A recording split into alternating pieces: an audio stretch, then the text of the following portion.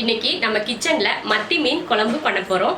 ரொம்ப ஈஸியா ஒரு மத்தி மீன் குழம்பு. இந்த மீன் குழம்பு செய்ய தெரியாதவங்க கூட செய்யலாம். அந்த அளவுக்கு ரொம்ப ஈஸியாவும் ருசியாவும் இருக்கும். அந்த மீன் குழம்பு எப்படி பண்ணலாம் அப்படின்றத பார்க்கலாம். மத்தி மீன் குழம்பு பண்ண போறோம். இது வந்து 1/2 கிலோ மத்தி மீன் க்ளீன் பண்ணிட்டு மிளகாத்தூள், மஞ்சத்தூள், உப்பு போட்டு தடவி வச்சிருக்கேன். 1/2 மணி நேரமா இது ஊறிட்டு இருக்கு. இந்த மாதிரி பெரட்டி மீன் குழம்பு வச்சோன்னா மீன் குழம்பு செஞ்சதுமே அந்த மீன் சாப்பிட்றப்போ உப்பு காரம்லாம் பிடிச்சி ரொம்ப நல்லாயிருக்கும். அதுக்காக தான் நான் மசாலா எப்போவுமே முன்னாடியே பெரட்டி வச்சுருவேன். 1/2 கிலோ மீனுக்கு ஒரு நெல்லிக்காய் அளவுக்கு புளி எடுத்து ஊற வச்சுருக்கேன். புளியை கரைச்சிக்கலாம். புளியை கரைச்சி அதில் இருக்க சக்கெல்லாம் எடுத்ததுக்கப்புறம் 2 தக்காளி போட்டிருக்கேன். அதையும் கரைச்சிக்கலாம்.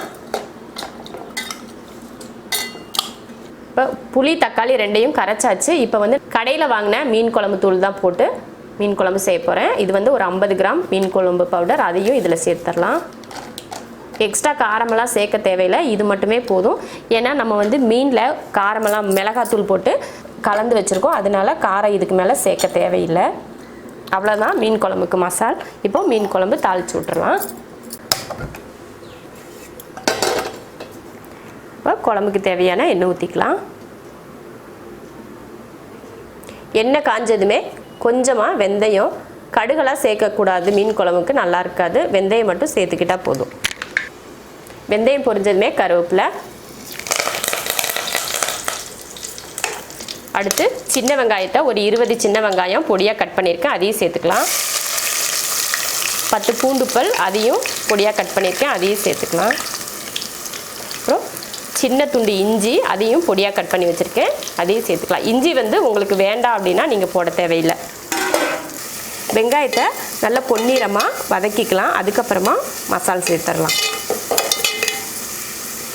வெங்காயம் நல்லா பொன்னிறமாக வதங்கிருச்சு. இப்போ வந்து நம்ம குழம்பு மசாலா ஊற்றிக்கலாம். நம்ம கரைச்சி வச்சோம் இல்லையா, அதையும் இதில் சேர்த்துடலாம்.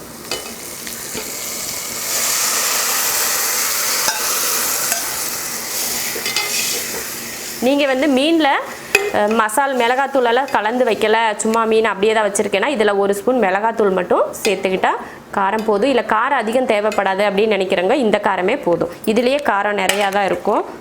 இப்போ நமக்கு தேவையான அளவுக்கு மீன் குழம்புக்கு தண்ணி சேர்த்துக்கலாம். இப்போ தண்ணி சேர்த்துக்கலாம்.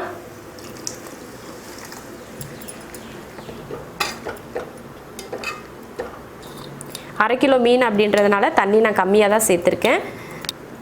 தேவையான அளவுக்கு உப்பு போட்டுக்கலாம். மீன்லையும் கொஞ்சம் உப்பு போட்டு கலந்து வச்சுருக்கேன், அதனால் கடைசியில் பார்த்துட்டு கூட உப்பு சேர்த்துக்கலாம். மசாலா ஊற்றி உப்பெல்லாம் போட்டாச்சு. இப்போ மூடி வச்சிடலாம். ஒரு 5 நிமிஷத்துக்கு குழம்பு வந்து வேகட்டும். அதுக்கப்புறம் மீன் சேர்த்துக்கலாம். குழம்பு நல்லா வெந்ததுக்கப்புறம் தான் மீன் சேர்க்கணும், அது வரைக்கும் வேகட்டும். இப்போ 5 நிமிஷம் ஆச்சு, ஓப்பன் பண்ணி பார்க்கலாம். குழம்பு வெந்து நல்லா வற்றி மசாலா வடையெல்லாம் போயிருக்கு. இப்போ இதில் மீன் சேர்த்துடலாம். ஒவ்வொரு மீனாக எடுத்து போடணும். மொத்தமாக போட்டிங்கன்னா அப்படியே எல்லா மீனும் ஒன்றா சேர்ந்துருக்கும், அப்புறம் கலக்கி விட முடியாது. மீன் போட்டாச்சுன்னா சும்மா சும்மா கரண்டியை விட்டு கலந்து விட்டுக்கிட்டே இருக்கக்கூடாது, மீன் பூரா உடஞ்சி போயிடும்.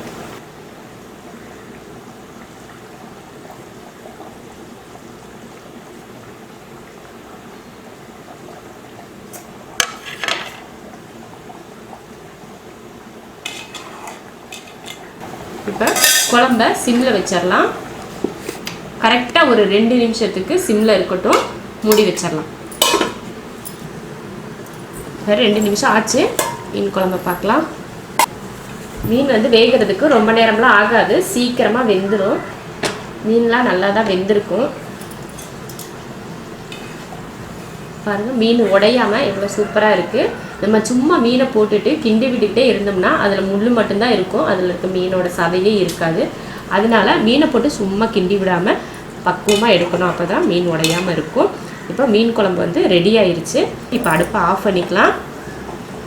நான் கடையில் வாங்கின மீன் குழம்பு பவுடரில் தான் குழம்பு பண்ணியிருக்கேன். ரொம்ப ருசியாக இருக்குது இந்த குழம்பு. நம்ம எந்த குழம்பு பொடி போட்டாலும் நம்ம வைக்கிற பக்குவத்தில் தான் அதோட டேஸ்ட் இருக்கும்.